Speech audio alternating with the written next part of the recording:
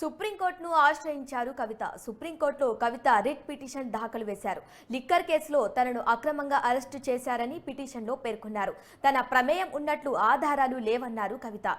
ED assistant డైరెక్టర్ను ప్రతివాదిగా చేర్చారు కవిత.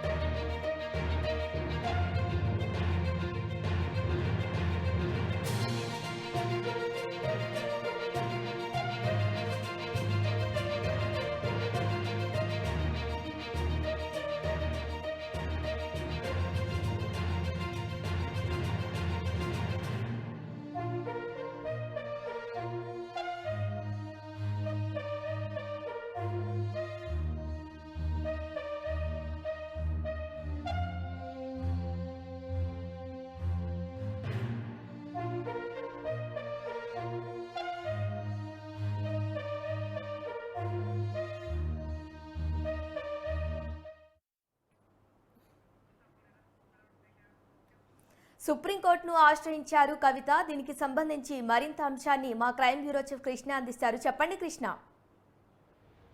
ఏదైతే ఈ లిక్కర్ స్కామ్ కేసు వ్యవహారానికి సంబంధించి కోర్టు నిబంధనలు ఉల్లంఘించి ఈడీ అధికారులు తనని అరెస్ట్ చేశారంటూ కవిత సుప్రీంకోర్టులో ఒక రిట్ పిటిషన్ దాఖలు చేయడం కూడా జరిగింది.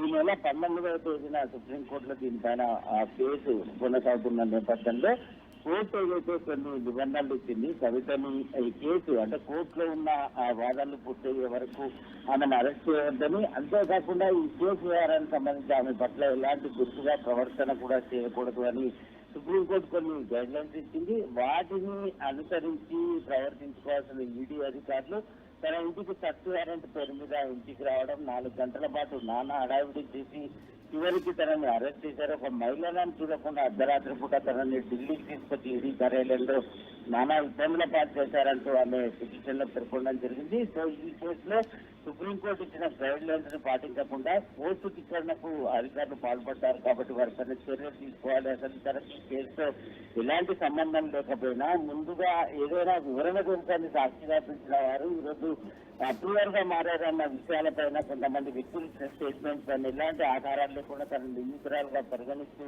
అరెస్ట్ చేయడం సరైనది కాదు అని చెప్పేసి దానికి ఏదైతే ఈడీ జాయింట్ డైరెక్టర్ ని ప్రతివాదిగా చేరుస్తూ కవిత పిటిషన్ దాఖలు చేశారు. మరి కాసేపట్లో దీనిపైన సుప్రీంకోర్టులో వాదనలు కూడా జరగనున్నాయి. మరో పక్కన ఇది ఎన్ఫోర్స్మెంట్ డైరెక్టరేట్ అధికారులు కూడా స్పష్టం చేయడం జరిగింది. ఏదైతే సుప్రీంకోర్టు ఇచ్చిన గైడ్ లైన్స్ 16వ తేదీ వరకే కొనసాగుతాయి.